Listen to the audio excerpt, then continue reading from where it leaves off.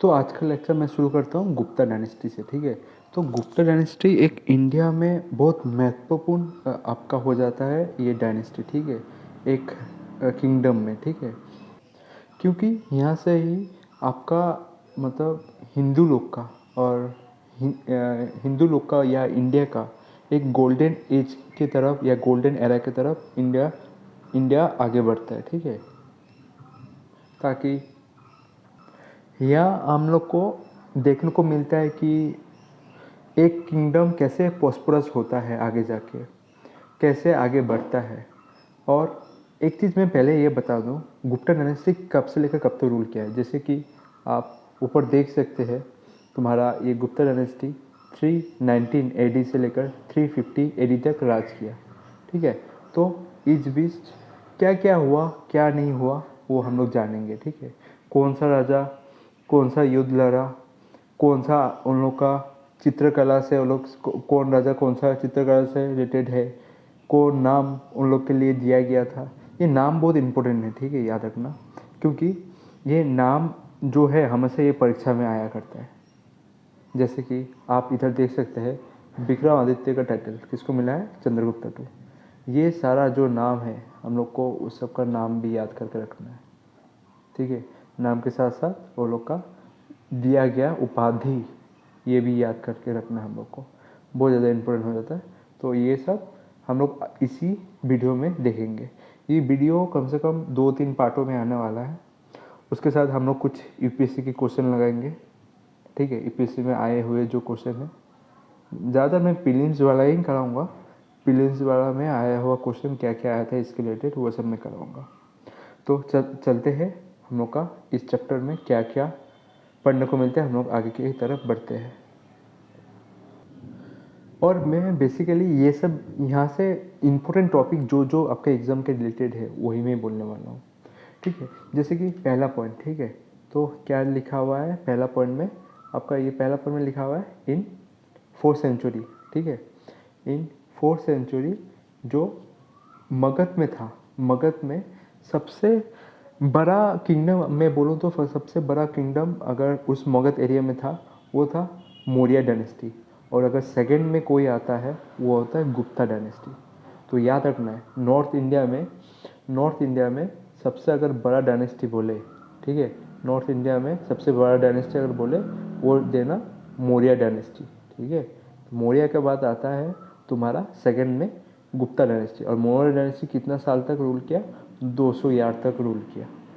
ठीक है, और गुप्ता डायनेस्टी कितना तक रूल किया ये ऊपर में आप गिन सकते हैं, इसको सब्ट्रैक्ट करके गिन सकते हैं कितना साल तक उन लोगों ने रूल किया। ठीक है, कम से कम वो लोग ने भी 100 से 150 साल और ने रूल किया। ठीक है, गुप्ता डायनेस्टी ने भी। तो पहला पॉइंट मैंने यही पहला पॉइंट का मतलब यही है कि नॉर्थ इंडिया में सेकेंड लार्जेस्ट अगर कोई भी किंगडम था वो था गुप्ता डायनेस्टी आफ्टर मौर्य। ये इंपॉर्टेंट पॉइंट है, मौर्य के बाद ही आफ्टर मौर्य के बाद कौन है? गुप्ता रूलर। और ये जो किंगडम इस्टेब्लिश हुआ था ये मगध की तरफ पूरा इस्टेब्लिश हुआ था। ठीक है, ये नॉर्थ इंडिया का सबसे बड़ा।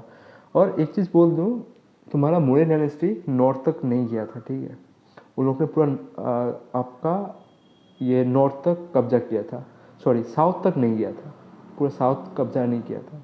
नॉर्थ तो गुप्ता डायनेस्टी ने बहुत कब्जा किया था। आप अगर पुराना मैप अगर गूगल में सर्च करके देख सकते हैं कि या मौर्य डायनेस्टी का मौर्य डायनेस्टी किंगडम कहाँ तक फैला हुआ था, तो आप लोग को उसमें दिखाया जाएगा। ठीक है, और गुप्ता डायनेस्टी उसका सेकेंड वाला था। ठीक है, जो मगध में नॉर्थ इंडिया में सेकेंड लार्जेस्ट किंगडम था, जो जिसने टेरिटरी गेन किया था उस समय के पीरियड में। और आपका ये सेकेंड पॉइंट में क्या लिखा हुआ है? अभी सेकेंड पॉइंट में क्या लिखा हुआ है? ये एज को, ठीक है, ये एज को क्या नाम से बुलाया जाता है? ये क्लासिकल एज या गोल्डन एज को बुलाया जाता है, क्योंकि उस समय इंडियन का हिस्ट्री फैला और फैला।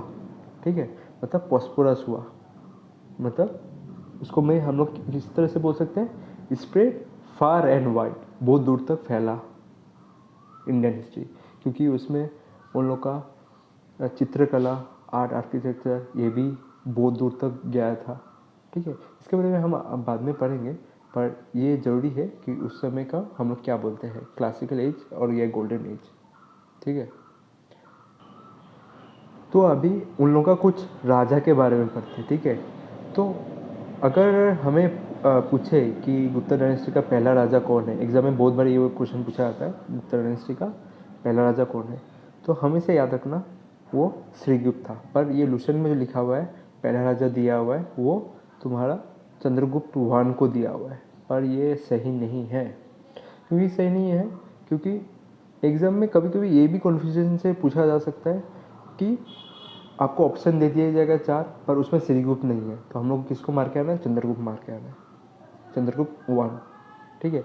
तो इन्होंने राज किया था, पर ओरिजिनली मैं बोलूँ तो पहला राजा वो श्रीगुप्त ही है, ठीक है। तो श्रीगुप्त पहला आया, उसके बाद आया तुम्हारा उसका बेटा घटोत्कच, ठीक है। घटोत्कच को एक टाइटल मिला था महाराज का, ठीक है। घटोत्कच ज़्यादा दिन तक टिक नहीं पाया, उसके बाद उन लोग का तीसरा राजा आता है, ठीक है। तीसरा राजा आता है तुम्हारा चंद्रगुप्त वन, ठीक है। चंद्रगुप्त वन आता है, ठीक है, तीसरा राजा उन लोग का। तो इसके बारे में हम लोग पढ़ते हैं आगे। उन लोग में गुप्ता डायनेस्टी में आपका अगर मैं बोलूँ पावरफुल राजा, ठीक है, या ग्रेट किंग, तो कौन था, वो था समुद्रगुप्त। पर चंद्रगुप्ता वन उन लोग में एक प्रभावशाली राजा में माना जाता है, ठीक है। तो चंद्रगुप्त वन के बारे में पढ़ते हैं। चंद्रगुप्त वन को एक टाइटल मिला था, क्या टाइटल मिला था, महाराजा धीराजा का, ठीक है। महाराजा धीराजा का एक टाइटल मिला था, ठीक है। तो चंद्रगुप्त वन ने एक प्रिंसेस से शादी किया था, उसका नाम क्या था, कुमार देवी, ठीक है। कुमार देवी से शादी किया था उसने। तो आपका ये कुमार देवी जो था वो कहाँ से आता था, ये लक्षवीस, ठीक है, लक्षवीस फैमिली से आया करते थे। अगर मैंने प्रोनाउंसिएशन गलत कर दिया मेरे को माफ़ कर देना। तो चंद्रगुप्ता वन ने क्या किया, ये जो शादी किया, शादी करके उसने अलायंस फैलाया। ये अलायंस से उसने अपना एडवांटेज में बहुत सारा एडवांटेज में लगाया कि उसने बहुत जगह गंगोत्री वैली का कब्जा करना शुरू कर दिया, जहाँ पर फर्टाइल लैंड हुआ करता था, खेती उती होता था। पता है ना पुराने समय क्या होता था, अगर खेती है तुम्हारे पास, तुम उस जगह को, किंगडम को बचा सकते हो, गरीबी से बचा सकते हो। और गरीबी से बचेगा तुम्हारे पास, अगर पैसा आता रहेगा, वो किंगडम बहुत सालों तक बचा रहेगा, ठीक है। यही उन लोग का ज़्यादातर राजा का उस समय का यही होता था टेक्निक जीने के लिए, कि जो तुम्हारा वैली है, गंगोत्री वैली, फर्टाइल लैंड, वो सब कब्जा करो। तो उस समय ये सब कब्जा करना शुरू कर दिया था। तो 2 पॉइंट तो मैंने बोल दिया। पहला पॉइंट आपका क्या है, गुप्ता को, चंद्रगुप्त वन को एक टाइटल मिला था, क्या टाइटल मिला था आपका, महाराजा धीराजा का। बहुत इंपॉर्टेंट है, बहुत बार एग्जाम में पूछा जाता है, ठीक है।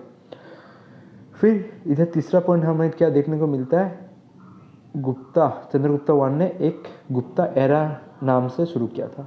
गुप्ता एरा ऐसे तुम पकड़ सकते हो जैसे साका एरा हो गया। साका एरा तो हम लोग कैलेंडर में माना जाता है, ठीक है। उसमें तो कुशन ने स्टार्ट किया था, ठीक है, कुशन। पर ये गुप्ता एरा किसने स्टार्ट किया, एग्जाम में बहुत बार पूछा जाता है, और उसका डेट भी बहुत बार इंपॉर्टेंट हो जाता है। तो गुप्ता एरा शुरू किया गया था तुम्हारा चंद्रगुप्त वन द्वारा। ये कब से लेकर कब तक शुरू हुआ था, तुम्हारा शुरू हुआ था 319 से लेकर 320, ठीक है।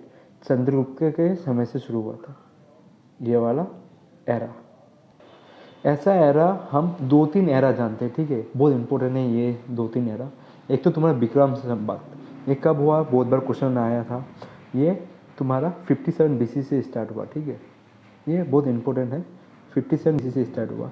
तो इसका कहानी अगर हम लोग को आगे लुसेंट में पढ़ने को मिलेगा, पर इसका कहानी बोला जाता है कि विक्रम आदित्य के समय से शुरू हुआ, पर इसमें बहुत सारा कन्फ्यूजन है। मतलब पुराने समय तो टेक्स्ट तो ये सब क्लियर नहीं होते थे, तो बहुत सारा आर्कोलॉजिस्ट ने बहुत सारा बात बोला है, तो वो सब मैं बात थोड़ा बोल देता हूँ ताकि आप लोग को